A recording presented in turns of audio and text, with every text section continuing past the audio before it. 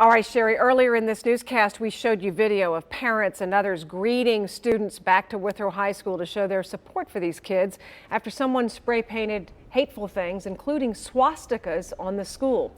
Today, we're joined by a high school teacher who is taking education about the Holocaust specifically to the next level. Rick Zimmerman is an English teacher at South Dearborn High School in Aurora, an Alfred Lerner Fellow, and just came back from a huge, really intense conference on this subject. Thanks for coming in, Rick. Thanks for having me in, Julie.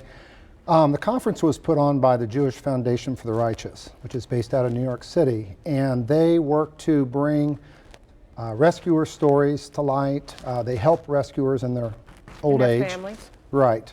Many of them are struggling financially.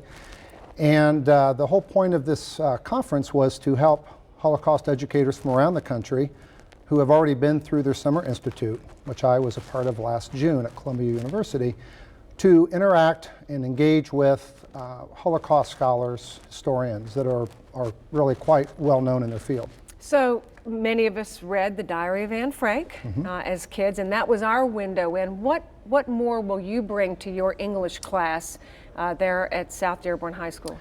Well, The Diary of Anne Frank is an important story, and many of our students read it or are familiar with it. However, it's just one story.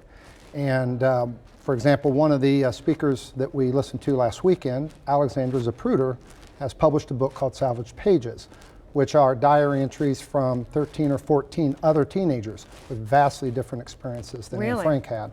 And so the kids can see a variety of experiences and the resilience of people their own age who were going through these very difficult times. I remember as a child being so deeply moved by, when you find out what happened to her.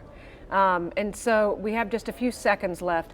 What is the primary message? What can we at home as parents and other teachers who are watching, what can we do in the classrooms to get these messages out and steer kids to really understand what this was about? Well, I think that most of us that teach the Holocaust really want our kids to be aware of the danger of intolerance. And we've seen, as you mentioned earlier, here in Cincinnati recently, hate crimes or hate speech, intimidation tactics. And we want our kids to be more tolerant of others, to respect diversity, and to keep the memories of those that were lost in the Holocaust alive. We don't want to forget those times. We want to hear back on how that class goes. I'd love to. Thank you so much, Rick. Rick Zimmerman from South Dearborn High School coming in. He's been teaching 30 years, 20 years on this subject, so we could talk forever. All right, a look out over the city.